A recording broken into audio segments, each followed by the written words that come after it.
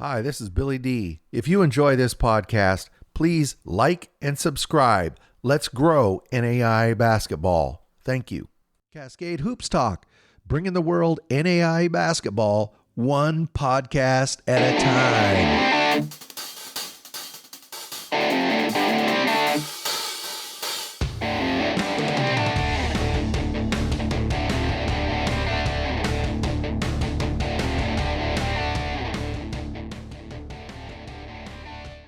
Cascade Hoops Talk, Billy D. Hey, I'm really happy today to have Colby Blaine. He's head men's basketball coach, College of Idaho. Welcome, Colby. Thanks, Bill. It's good to be back on. That means hoops is right around the corner. Yeah, you say that every year. I thought about that last night. So when these phone calls come, that's when you know it's almost time to play basketball. Yeah. Want to start first off, congratulations on the national championship. You know, that's a real grind. I want to talk to you a little bit about that. But also on you being named National Coach of the Year. What a great honor. I want to go back to the tournament last season. When you get down to the last 20 teams in the country, it's always a grind. But did you talk about the experience of getting through that final 16 teams, what it felt like, whether it was enjoyable or whether it was just gut-wrenching? Yeah, no, that's a really good question. And I appreciate your praise. I do want to say that we are nothing without our entire team and especially my staff. My staff never gets enough praise. They're the ones who are building our guys' confidence and, working with them in the gym all year long. And so the team you saw at the end of last year was a big part of our assistant staff building those guys. But that national tournament, it honestly was a lot of fun. We had a lot of confidence that we were capable of accomplishing what we wanted to there. I did not feel any doubt. Of course, we were nervous, going into those games because we understand if we don't win, we're done. But I don't think we doubted at all that we were capable, which was a pretty cool experience for us.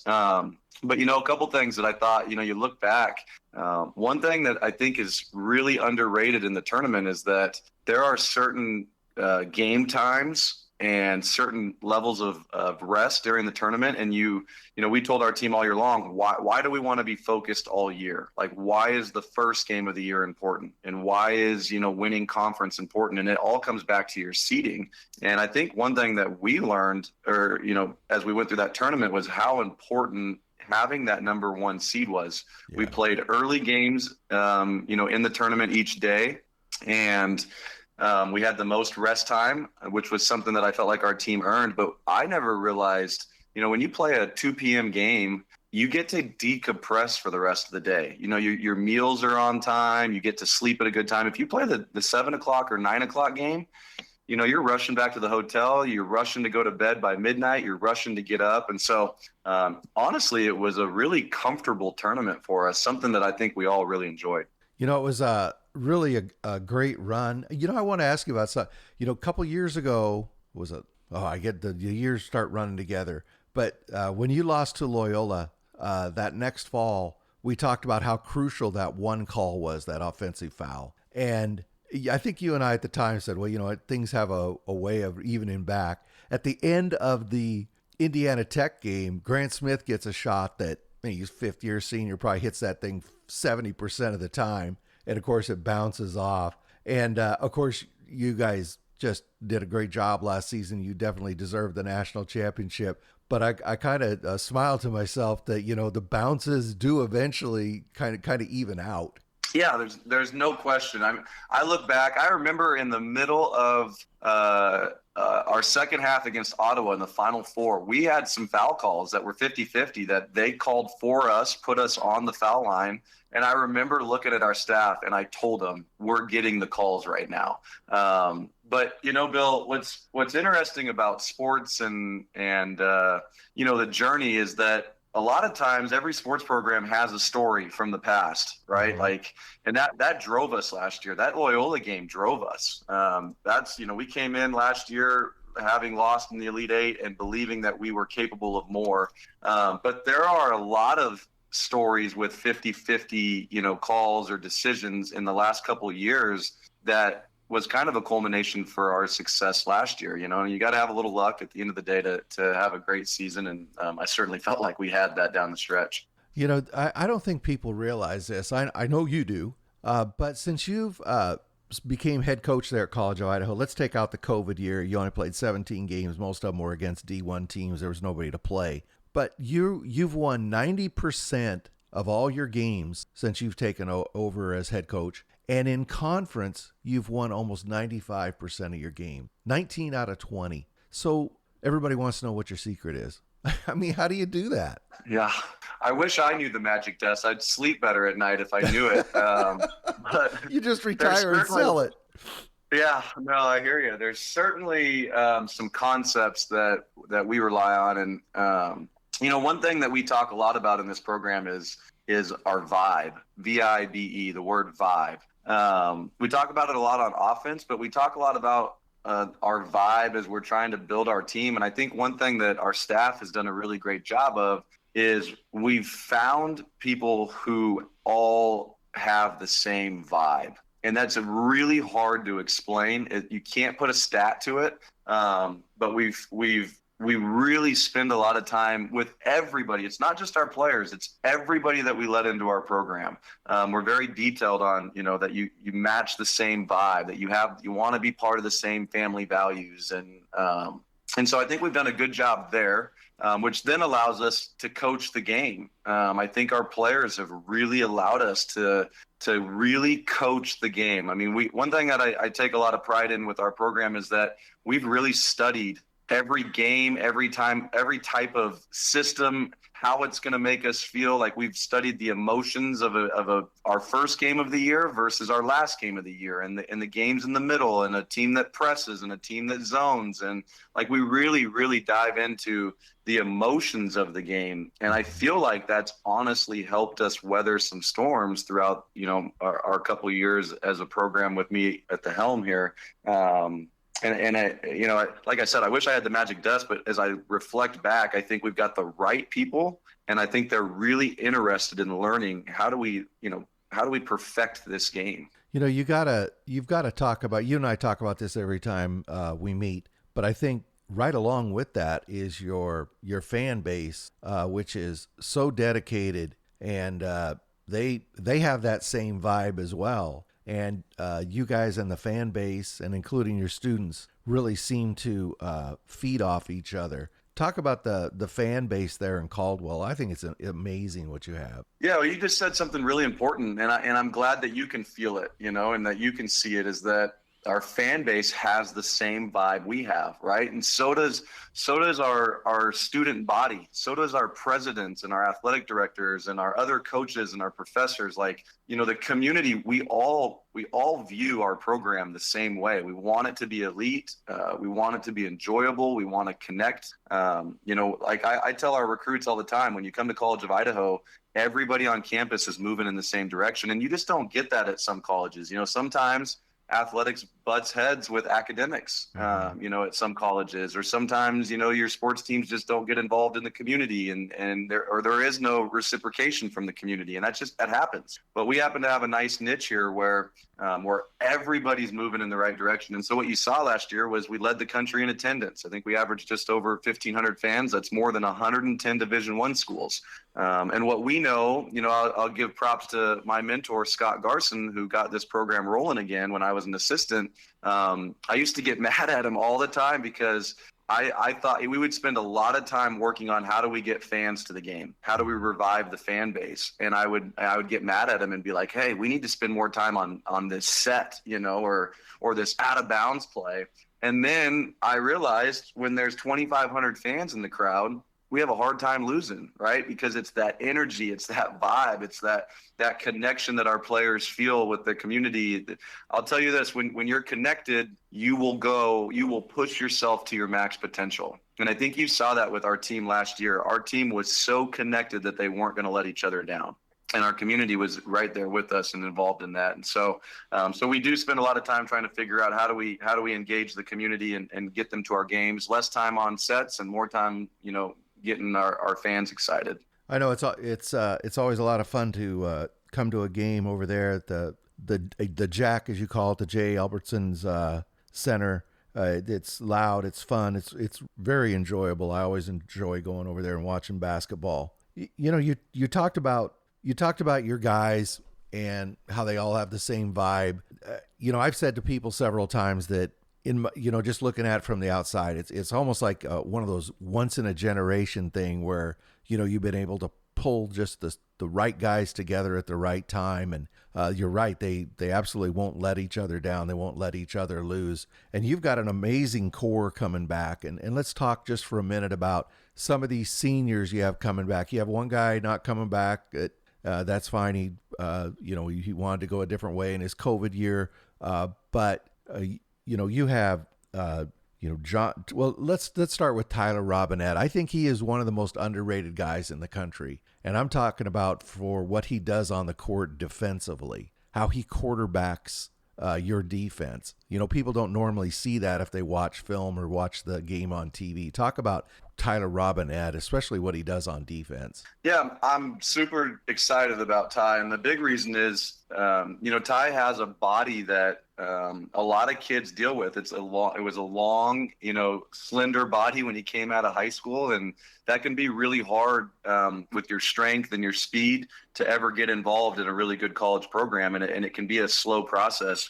And you've seen Ty just mature and really fall in love with the weight room over the last couple of years. And with all that maturity and strength comes a ton of confidence. And so what you're seeing last year, and I really think Ty could take a huge step forward for us again this year.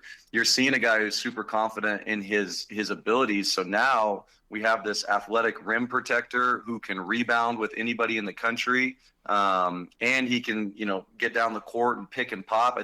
Every big game that we've had in the last 2 years in the final, stretch of our tournaments, he opens the game up with at least a three. Ottawa Final Four, he opens up the game with 2 threes. Indiana Tech, national championship, he opens up the game with 3 threes. So he just makes us an extremely hard scout. But you're right, his confidence defensively, his ability to communicate, his ability to conceptually understand how people are trying to play and what they're looking for is a really big deal. And so I'm excited for Ty. He's played really well in the summer and the fall here, and I think he's got a chance to be, take another step. There in the middle, you've been really blessed with not only Tyler Robinette, but you got Paul Wilson and Tyler Harris. They both perform really well, and they have different types of games, so you can really throw opponents off. Talk about what those guys have meant to you. Yeah, we've had a great core, for our bigs, which sometimes can be really hard to find, that much depth. But both Paul Wilson and Tyler Harris have played big roles for us, throughout the last couple of years. And they are the same, big bodies take a while, and they're the same way as Robinette. And you can see they're really starting to find their confidence. Paul had some big buckets for us down the stretch, which takes a lot of pressure off us at the national tournament. But they bring size, they bring, big bodies. You get out to that national tournament and you see some of those bodies like at Grace and Yeah. Indiana Wesleyan, and you think, holy cow, where are these kids coming from? And sometimes we forget that we have them too, that Paul and Harris are just as big and strong and good. But what's nice for us is we have this unit of bigs where they all play differently. And so, on any, you talked about our success rate on any given night, Harris might be the answer because maybe other bigs have a hard time guarding him. But on another night, Paul might be the answer because he's got a bigger body and he can, body guys up more. So we're just lucky with a lot of depth right there. And we're going to need all of them to be able to have success again this year. Anybody who listens to me very much, they know that I really admire Jake O'Neal's game. I like the way he plays the game. He's all out. The guy just magically picks up 14 rebounds. I gave him the Bigfoot Award last season. I think he's one of the toughest guys in the Northwest. Just talk about Jake O'Neal's game, what he brings to your team. Yeah, I'm super excited about Jake. Big reason is, he graduated last year, and so he has a choice, how to use his grad years. And we had a lot of conversations about, hey, what do you want to do? You won a national championship. Where's your heart at? And he spent about a week thinking about it. And he came back in my office and said, Coach, my heart's here at College of Idaho, and I want to keep this journey going. And so to have somebody who believes in what we're, our message and and how we feel about, the game and the program and college athletics, like that's powerful. And so I feel very confident that we have leadership guys that understand the bigger picture. And I think another thing about Jake that I'm intrigued with was a lot of people don't know that he actually was beat up last year. He had some hip strains as we were going down the end of the season. And so you still saw a guy who was productive, but he was, if you actually go back and you watch, sometimes when he'd get fouled or hit the ground, he actually took a little while to get up. And I'm seeing a guy right now who, I might be arrogant about this, but I'm willing to say it. I don't know that there's a more, well-conditioned athlete, a better in-shape athlete than Jake O'Neal in the entire country. He focuses on his body better than anybody I've ever seen.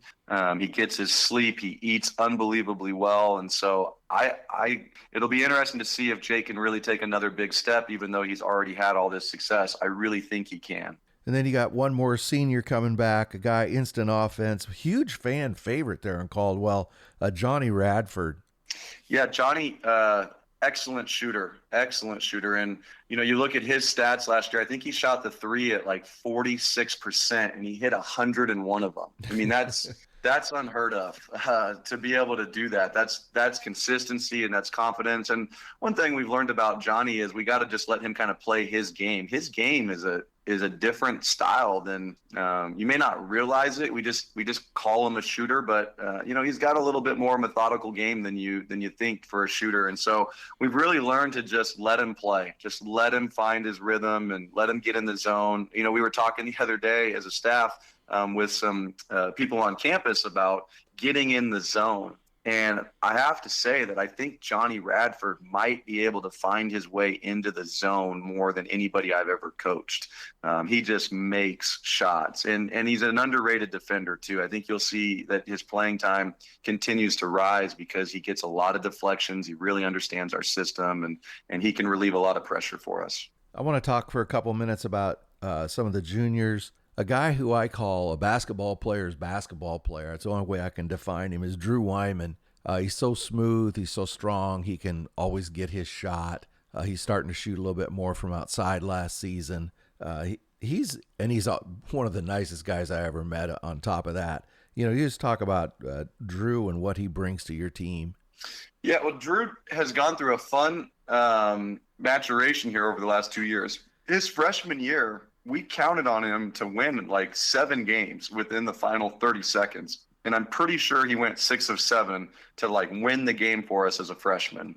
And I think what we saw last year, which I think is completely underrated and undervalued, I just don't think that we really see it, is that he did his damage at the beginning of games.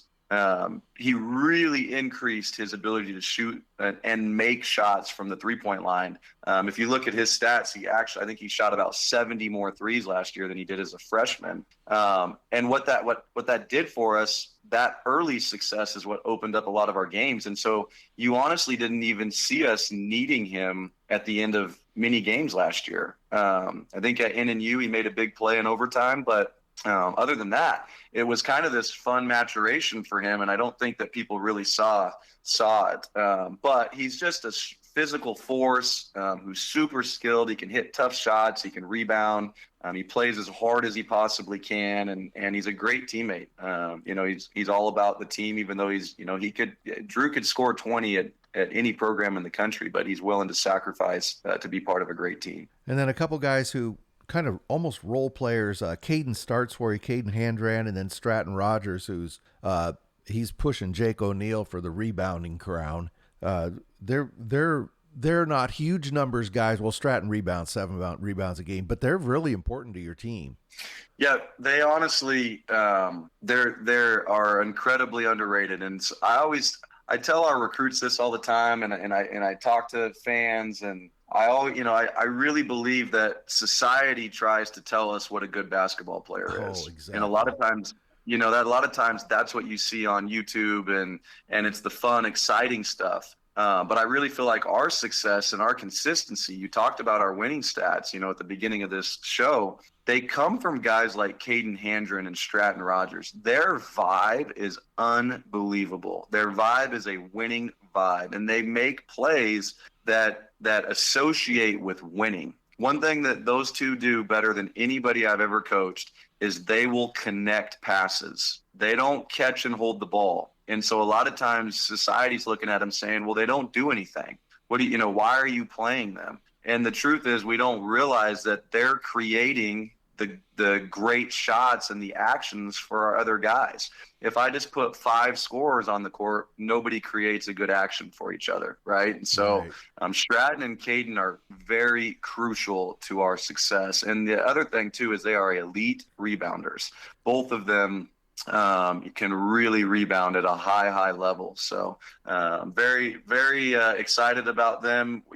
Just a side note, we lose Charles Elsie to graduation, our defensive player of the year, awesome player, really left our program with a lot of great nuggets and success.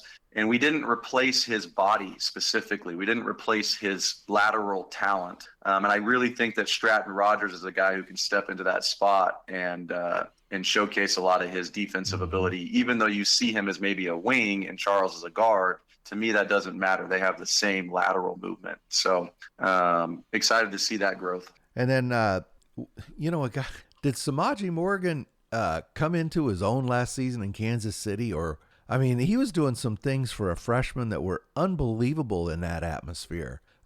He's out at Churchill over in Eugene. He's a special talent, Samaje Morgan. Boy, everybody's going to know his name. Yeah, we're lucky to have him. He's an awesome kid and a great player. And I laughed with him right after we won the national tournament. We're standing on the court, and a year before that moment, we had gone to Red Robin with his entire family and his coaches, and we offered him a scholarship. And I looked right at him and I said, I'm only signing a guard in this class that I think can win us a national championship. And had Samaje not signed with us, I don't think I would have signed another guard in that class. And we kind of smiled. I think it was a huge confidence boost for him to see it all come together. But to win big games, you've got to have the type of talent he has. He can make tough shots. And I've watched those clips over and over from our final 2 games. Yeah. And boy, he makes layups over 6'8" guys, and he's, hitting mid-range jump shots where he's got a double clutch. And for him, he found the zone, which is really incredible for a freshman to find the zone in that big of a moment. That tells you how special he is. I think the big thing moving forward for him is that the scouting reports are going to be there this year. Like, he's not going to be an unknown. You just said everybody's going to know him. I think he impacts our game at an incredible rate when he comes in. And so I think the biggest thing for him is he's got to continue to learn, how does he use his superhuman powers, right? Like, he's got these big time talents, but how does he use them efficiently? How does he find them more easy? If we're always playing in very difficult situations, it can be a mental grind. And so it'll be a fun challenge for me and him to be able to work together and continue to grow his game. But he's as good as anybody in the country, and he gives us somebody on any given night who can make tough shots. Colby, there's a lot of buzz around the one transfer and then a couple of recruits you brought in. I got to ask you about Alex Germer. He's coming in as a sophomore. He played at Montana State. They won 2 Big Sky championships. He's a kid out of Missoula, 6'8". How good is Germer? Well, we believe our guys are all national champion good, right? And there you go. Yeah, we have a lot of faith in him. I think the biggest thing for bringing Alex in was that, and I told him this when we sat down for lunch, when we offered him as well, was that we weren't recruiting the transfer portal. Like, that was not our focus last spring. But what we're recruiting is the right vibe. And Alex understands our program. He's played with multiple guys. He played on the same AAU team with Drew Wyman and Caden Handren, and so he understands our sacrifice here and our demands, and he understands pushing himself. And so that's why we really wanted Alex. But Alex is a really interesting player because once again, society can't figure out how Alex plays. I'm just being honest. Like, he's this 6'8" body who shoots, and, he honestly is a guard. He's not a 5-man. But you look at his size and you just think that that's maybe what he is. And so what I'm really excited about with Alex is that he's a hard matchup. Very hard matchup. You put a small on him, he can post, and he gets fouled a lot. He makes all of his free throws. You put a big on him, he's going to pick and pop. He's going to space the floor and shoot. And so, I'm excited about the mismatch opportunity and the matchup difficulties for other teams with him. But most excited, again, just about his vibe, and that he's a grinder. He's very strong. He's not going to quit. And I think those are the things we're going to see, early in the year from him. Another guy you're bringing in from Butte, another Montana Gatorade Player of the Year. I believe Handren was a Gatorade Player of the Year in Montana as well. He's 6'4" guard, Dougie Peoples. I know there's a lot of buzz around him. Yeah, Dougie can really shoot the ball. Dougie makes shots, and I've seen it. I've got to watch him for 3 years over the high school seasons and the AAU seasons. And consistently against the hardest opponents, he's able to find shots and make them. And so definitely excited about him. He's got that Johnny Radford type game where he can, hit a couple threes back to back to back. But then he's got more to his game. We always tell our guys, like, you're more than just whatever you think you are. If you're just a shooter, well, Dougie's got a really quick first step. So he can get past you when you over close out, and he can get into the paint and hit a floater or make a good pass. And he's a good rebounder. What we've seen in high school, he comes up with the ball. And so the fun thing for him will be over the next couple of years as his body continues to fill out and he gets the strength. But at the end of the day, he can really fill it up. And so if you're too focused on other guys on our team, he's a guy who could really punish you. And then, of course, you're bringing in from Middleton, Michael Mendiola. He has a long connection to the school. Talk about Micah, and then, he's part of that Yote family. And then, talk about, what do you need to do to keep this thing going? How do you keep this Yote legacy alive? Yeah, Micah's great.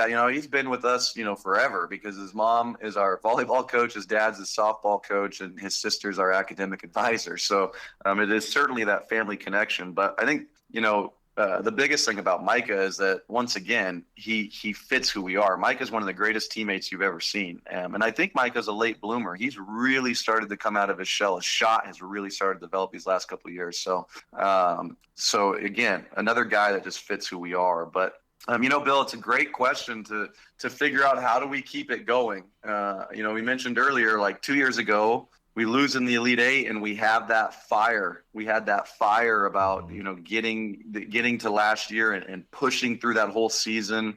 And those storylines are much easier to have in your back pocket, where they're driving you forward, than sometimes dealing with success where you're fearful, to make the wrong move. And so I think, specifically for this team, we have to continue to be aware of what success can do to you. And we have to be aware of what is it that fire felt like last year. We talk a lot about just being aware of things and understanding the emotions of them all. But I one thing I feel great about this team is there are a lot of guys on this team who feel like they have more to prove. And I think that's pretty exciting. I mean, almost every guy on this team feels like they can give more and that they haven't reached their max potential. And so I think that's going to help us a ton. But I think for the future of this program, it's really just making sure that we continue to recruit the guys that want to be part of this challenge, because it is a challenge. I tell every recruit in the country,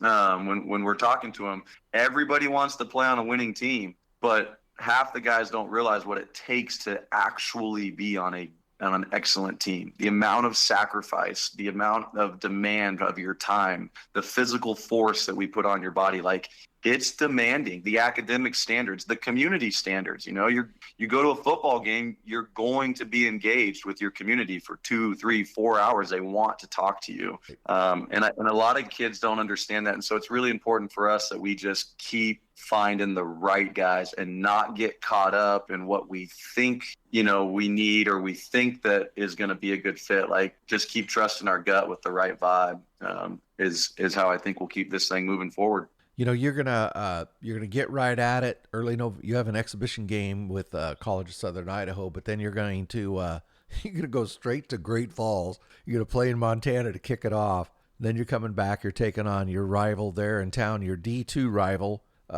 who the whole country's rooting for you in that game, Northwest Nazarene. And then for your Domino's Classic, you got Antelope Valley and Vanguard, two teams that probably people outside the West Coast don't know too much about, but they will both bring it.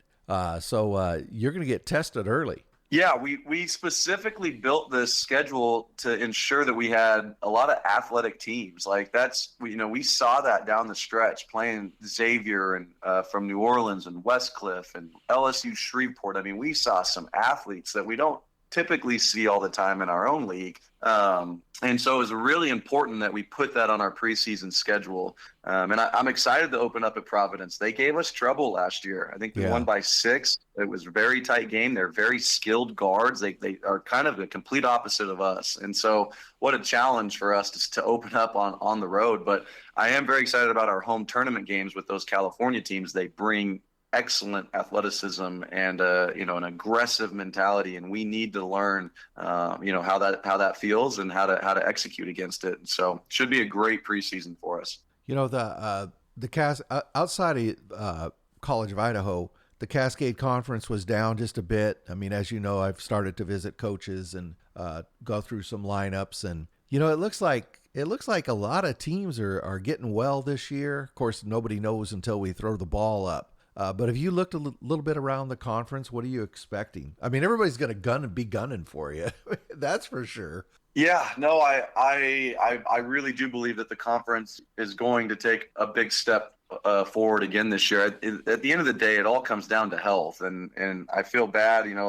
We got lucky last year. Our team stayed healthy, and you saw around the league, every team in this league has a great tradition, and they start, with great talent, and then we just all got to keep them healthy. But I am expecting, what we have right now is we have a lot of stability with our coaching staffs in this league right now. And I think people are really starting to kind of get their feet under them. We've had a lot of turnover in the last, couple of years ago, kind of when I got the job 5 years ago. And so what I think you're seeing right now is a lot of coaches who are really starting to settle into what they want their program to look like. And the result is going to be some very experienced teams with a lot of talent.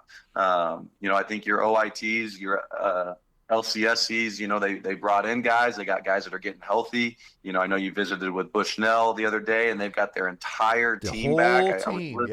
Yeah, I was listening to your deal in the morning at 6 a.m., getting ready for work, and I'm thinking, you're saying all these names from Bushnell again. I'm thinking, holy cow, I could feel my heart rate going up. But no, I mean, you go up and down the list. Corbin always has talent and a great system, and Eastern always plays physical, and I expect the league to be a gauntlet. There's no question about it, and that's if you look at the national tournament success of the Cascade Conference, it's pretty special. I mean, in the last, 6-7 years, we've had teams playing in the national championship or in the Final Four, or multiple teams playing in the Final Four. So I really think our league gets us ready and is a big testament to why we're having success at the national tournament. That's a good point about the stability of the coaches, because I think Taylor Kelly's going into his fifth year. Jermaine Potts is going at Warner Pacific. He's going into his 4th year. Of course, we have a new coach over at Multnomah. They've brought in, they're kind of turning over their roster. They'll have Tyrese Taylor, of course, and Nayland Block to build from. But I mean, you just go up and down the league. I think it's going to be much better. There's a couple teams that I know will be good, but I'm not sure because they have to rebuild so much. Eastern loses a lot of guys, and Southern Oregon, they lost 4 starters. So, but both those guys are super competitive, and they're going to put somebody on the court to come after you. Yeah, no, they're a little unknown, like you said, just because they had turnover. But I can tell you what, those guys can really coach. Kemp and Zozel really have great systems, and they can really coach. So I know they'll have their teams ready and engaged throughout the whole year. Well, Colby, I kept you a little bit longer than I planned, but I appreciate you taking all the time to, walk through the 2023-24 Yotes for everybody. I know everybody across the entire nation is anxious to see what you can do on the court this season. And I think the first time I'll see you is down in Klamath Falls early in the conference season, it looks like.